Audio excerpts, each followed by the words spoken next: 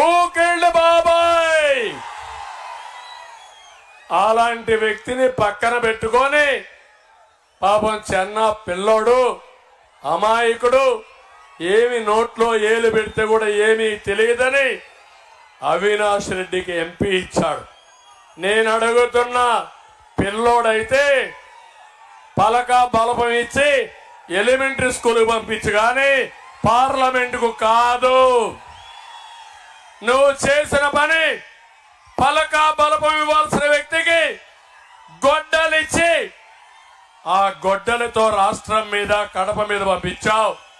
ఇది ఆమోదయోగ్యం కాదని చెప్పి కూడా నేను మీకు తెలియజేస్తున్నా. 2019లో కోడి కత్తి డ్రామా జ్ఞాపకం ఉందా తమిళ్లో? ఇప్పుడు గులకరాయి, మా తమ్ముడికి కూడా గులకరాయి తగిలింది. పాపం దెబ్బ కూడా తగిలింది.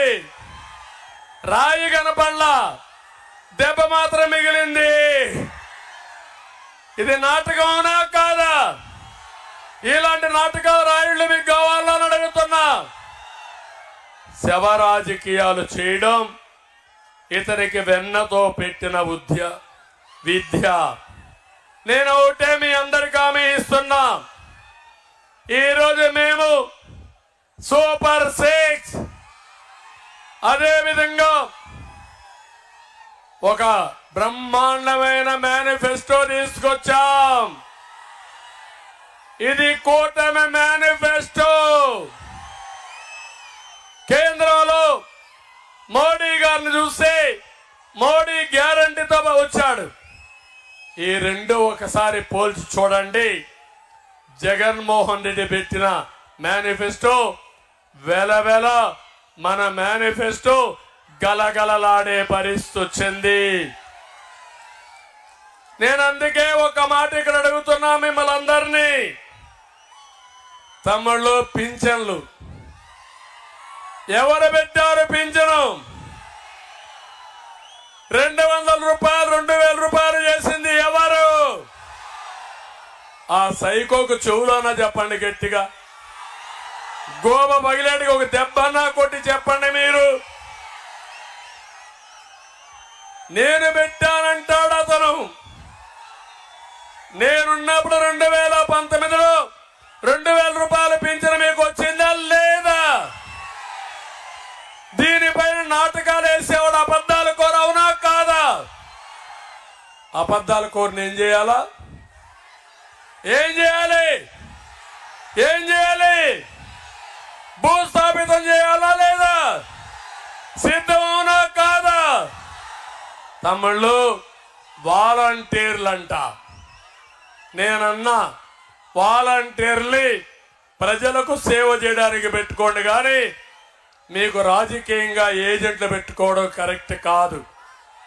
న్యాయమాది. కట్టే పని ఎవరు కడుతున్నారు? మనమే కదా కట్టేది. మన పనుల్లోనే కదా వాళ్ళకి 5000 ఇచ్చేది, అవునా కాదా? ఎన్నికల డ్యూటీలో పెట్టద్దంటే ఎన్నికల డ్యూటీలో పెట్టలేదు కాబట్టి పేదవాళ్ల పైన కక్ష కట్టి పోయినసారి ఏప్రిల్ నెల 1వ తారీఖున దగ్గర 33 మందిని చంపేసి ప్రభుత్వ హత్యలు చేసిన వ్యక్తి ఈ జలగ సైకో. ఇప్పుడు మళ్ళీ నాటకాలు ఆడి నేరుగా ఇంటి దగ్గర ఇవ్వకుండా బ్యాంకులో వేశాడు. ఆ బ్యాంకుల చుట్టూరు తిరగలేక వృద్ధులంతా దగ్గర ఇప్పటికే 7 మంది చనిపోయారు. నేను ఒకటే హామీ ఇస్తున్నా, ఈ నాటకాల రాయుడు పేదల వ్యతిరేకి, పేదవాళ్ళ రక్తం తాగే వ్యక్తి, పేదలను చంపి తద్వారా ఓట్లు సాధించాలనేది ఇతని నాటకం. అందుకే నేను చెప్పాను, నిజమైన పేదల పార్టీ తెలుగుదేశం పార్టీ. నిజమైన పేదల పార్టీ కూటమి. ఈరోజు హామీ ఇస్తున్నాం, ప్రతి పేదవాడికి ముసలి వాళ్ళకి 4000 రూపాయలు పింఛనిచ్చే